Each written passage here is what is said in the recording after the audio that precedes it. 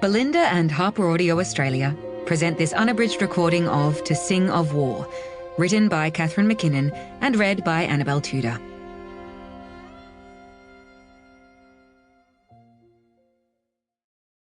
To Sing of War is a work of fiction.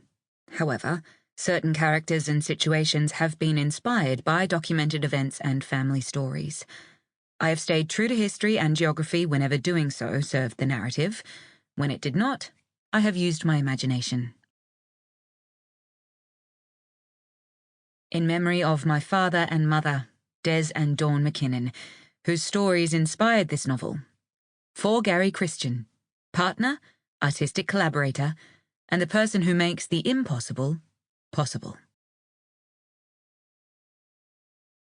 Do the gods light this fire in our hearts, or does each man's mad desire become his god? Virgil, the Aeneid. Hope is the thing with feathers. Emily Dickinson. When the times darken, will there be singing even then?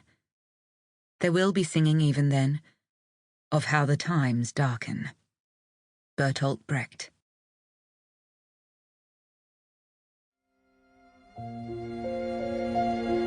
One, December 1944.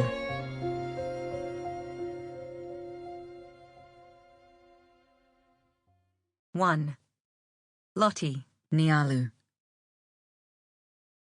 She hears singing.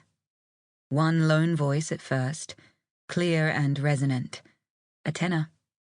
Then others join in, and the song rises and falls until it swirls into a cloudburst and overtakes them all. From the medical tent, as she moves from stretcher to stretcher, Lotte watches the shiny faces of soldiers crowding between village huts. Their chests expanding as they sing of war, and wonders if all men are drawn to battle not by hatred or patriotic duty, as most suppose, but by song. A patient cries for help. "Sister!" She drops her needle into a tray, crayons M onto a tag, pins it to Sergeant Levy's pocket, and turns her attention to the now weeping soldier. Later in the day, Dr. Rickard sends her on a break. She sidesteps her way through the smoking, laughing, shoulder-thumping men to the mess. Outside, a private diligently hammers in the final tent pegs, the whole place still being set up.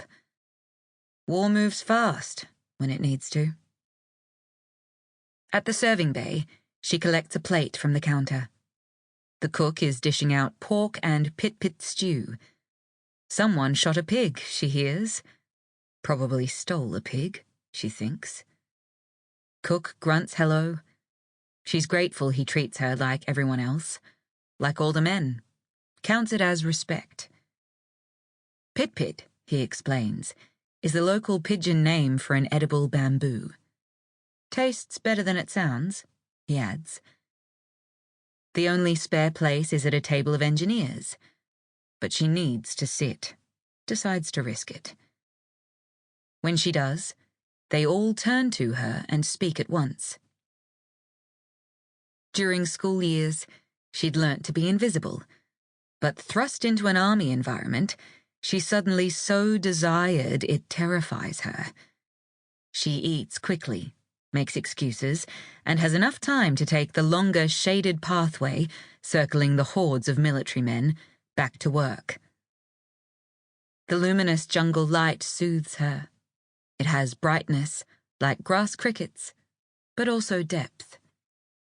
A soldier, rakish and muscular, head down, hands pushed deep into his pockets, is strolling towards her, whistling. She stops, her breath short and sharp. Virgil. He looks up, coughs out a laugh. Lotte? They hug each other, awkward, like strangers. So, you went nursing? His face is tanned and the army haircut brings out his eyes. Sample complete. Ready to continue?